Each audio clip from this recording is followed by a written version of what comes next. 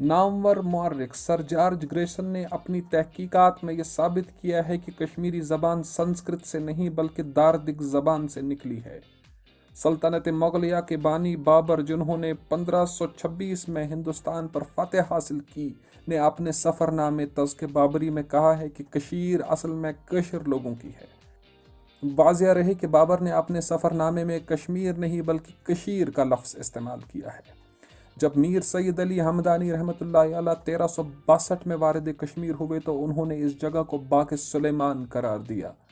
ایک اور مورخ جن کا نام برنیر ہے، نے جب پیر پنچال عبور کرتے ہوئے کشمیر داخل ہوئے تو اس نے اپنے تاثرات میں لکھا ہے کہ گویا یوں محسوس ہوا کہ وہ ملک کنعان میں ہے۔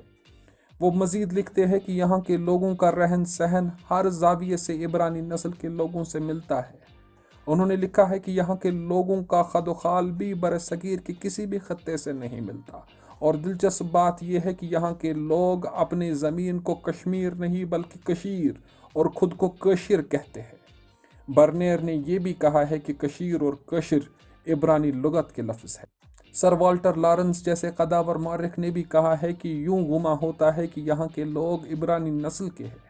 ان کی ناک، قد و خال، ان کے چہرے اور ان کے قد ہر زاویے سے عبرانی نسل کے لوگوں سے ملتے ہیں۔ سر والٹر لارنس نے اپنی کھوج کی بنیاد پر کہا ہے کہ کشمیر کے کاشتکار کاشتکاری میں وہی طریقہ اختیار کرتے ہیں جو طریقہ عبرانی نسل کے لوگ کاشتکاری کے دوران اختیار کرتے ہیں۔ ان کا مزید کہنا ہے کہ یہاں کے لوگوں کو عبرانی نسل ہی کے لوگوں کی طرح باغبانی میں مہارت حاصل ہے۔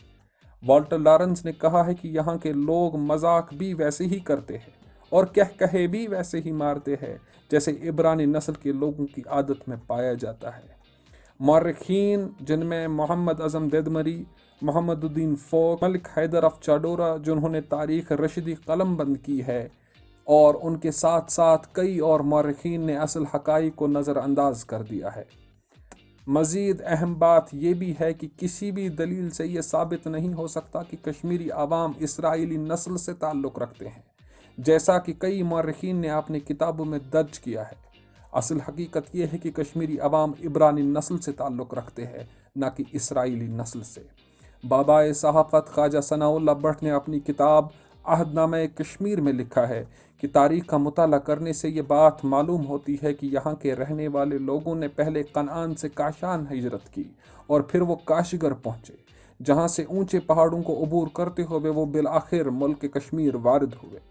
انہوں نے مزید لکھا ہے کہ بائبل سے قطعی طور پر اس بات کو ثابت نہیں کیا جا سکتا کہ اسرائیل سے کوئی نسل کشمیر میں بس گئی تھی، تاہم بائبل نے اس بات کو درج کیا ہے کہ کنعان سے کچھ قبیلوں نے مشرق کی طرف رخ کیا، جو کہ حضرت ابراہیم علیہ السلام کے اولادوں میں سے تھے۔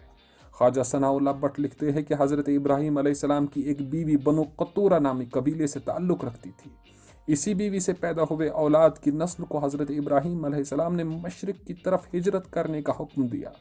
جن لوگوں نے تاریخ کشمیر قلم بند کی ہے، انہوں نے مفاد خصوصی کے تحت سارے ثبوت و شواہد مسخ کرنے کی کوشش کی ہے۔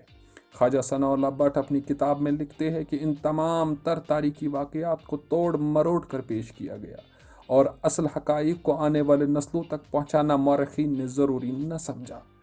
تاریخ کی کتابوں میں ملک کشمیر کے عوام کے جذبات، احساسات، خیالات اور ان کے صلاحیتوں کو یکسر نظر انداز کیا گیا ہے۔ حقیقت یہ ہے کہ کشمیری عوام اپنی بہادری اور بے خوفی کی وجہ سے پوری دنیا میں مقبول و معروف تھے۔